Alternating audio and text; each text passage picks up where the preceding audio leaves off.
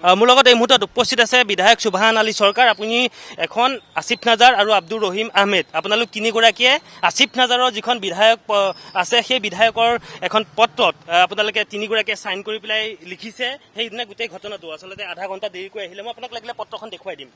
আপুনি পত্ৰখন মোক আগত দিব, মই চাই ল'ম কোন আছে, ক'ত আছে, কি আছে, আমাৰ দলীয় বস্তু কি আছে নাই। যেতিয়ালৈকে মোৰ হাতত তেনেকুৱা কোনো পত্ৰ নাহে তেতিয়ালৈকে মই এইটো ক'ব নোৱাৰিম। মই এইখন পত্ৰখন আপোনাক দেখাই দিছোঁ। এইটো আপোনাৰ চাইন হয়, আপোনাৰ আব্দুৰ সুবহান আলী চৰকাৰ।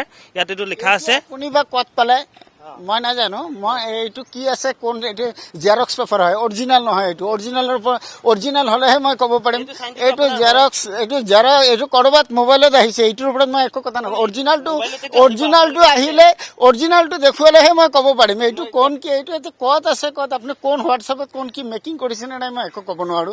মোক অৰিজিনেলটো দিলেহে মই ক'ব পাৰিম। কিন্তু এইখন পত্ৰখন আপুনি নহয় বিশ্বাস নকৰে। অৰিজিনেল চালেহে মই জেৰক্সত ক'ত হোৱাটছএপত কোনে কি দিছে কি বুজিম মই। সেইটো মোক অৰিজিনেল এটা দিয়ক, তাৰপিছতহে মই ক'ব পাৰিম এইটো মোৰ চহী হয় নে নহয়। আপুনি বিশ্বাস কৰা নাই? অৰিজিনেলটো দেখিলেহে মই ক'ব পাৰিম। এইটো নহয়, এইটো কোন কি আছে। আপোনালোকে চাইন যিটো ওলাই আছে সেইটোৱে। এইটো নহয়, এইটো কথা বাদ দিয়ক। আপুনি মোক অৰিজিনেলটো দিয়ক, তাৰপিছতহে মই ক'ব পাৰিম। তাৰ আগত মই এইটো সম্পৰ্কে একো মন্তব্য দিব নোৱাৰো।